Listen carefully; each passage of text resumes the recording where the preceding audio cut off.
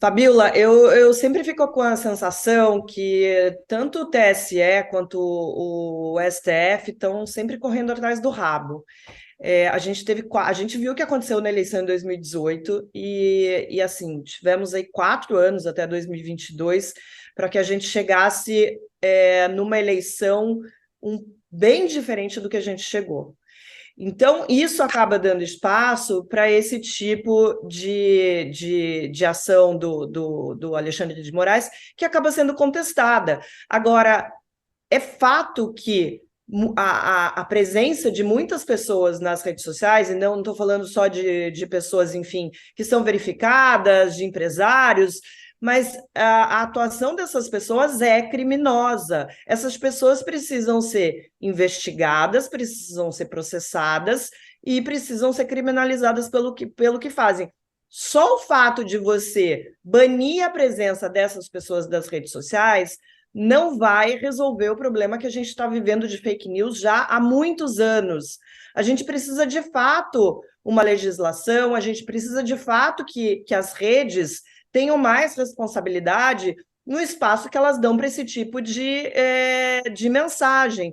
Não estou falando aqui de liberdade de expressão, eu sou uma grande defensora da liberdade de expressão, eu quero sim continuar falando as coisas e escrevendo as coisas que eu falo sobre políticos, sobre pessoas do meio jurídico, e quero que outras pessoas que não pensam como eu penso também tenham esse direito. Agora, qual é o limite disso? O limite a gente já sabe, o limite está na legislação, pelo menos ao que se refere a homofobia, a racismo, a gente já sabe qual é o limite para isso. Agora, o que a gente tem um buraco muito grande ainda para resolver é a relação em relação às fake news.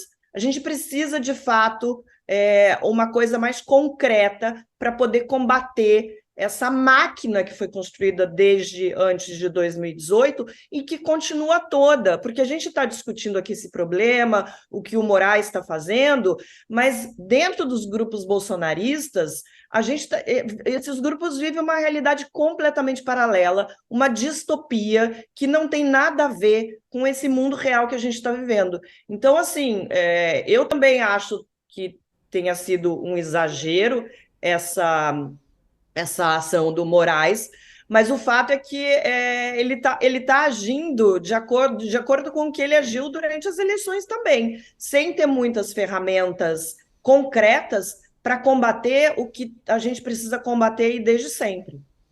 Boa. É algo muito difícil na situação que a gente está vivendo. Como você falou, quando a gente entra nas redes bolsonaristas, é inacreditável. Aliás, nos pedidos, né? Aquela imagem, inclusive nesse final de semana teve de novo a própria Cássia Kiss, a atriz, eles pedindo intervenção militar, que nem existe ali, a intervenção federal, um monte de coisa. É uma loucura e que a gente até, na entrevista ali com aquele professor, né, Marilis, ele explicou super bem o quanto essa extrema-direita radical, ela capta a mente das pessoas, parece que a pessoa parece ficar dominada por uma coisa, nem tá fora de órbita, é uma coisa bem, bem, bem maluca.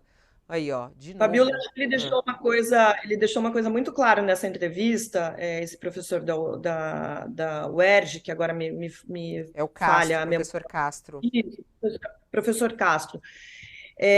O que eu tirei dessa conversa com ele, a gente não pode também ficar tratando todas essas pessoas como se fosse um bando de fanáticos. Eu Sim. acho que tem um processo de fanatização ali, mas tem gente comandando essas ações que estão acontecendo. Essas pessoas precisam ser encontradas e processadas, porque estão, sim, financiando e Sim. incentivando atos golpistas, né? E isso tudo está previsto na Constituição para ser Isso. criminalizado.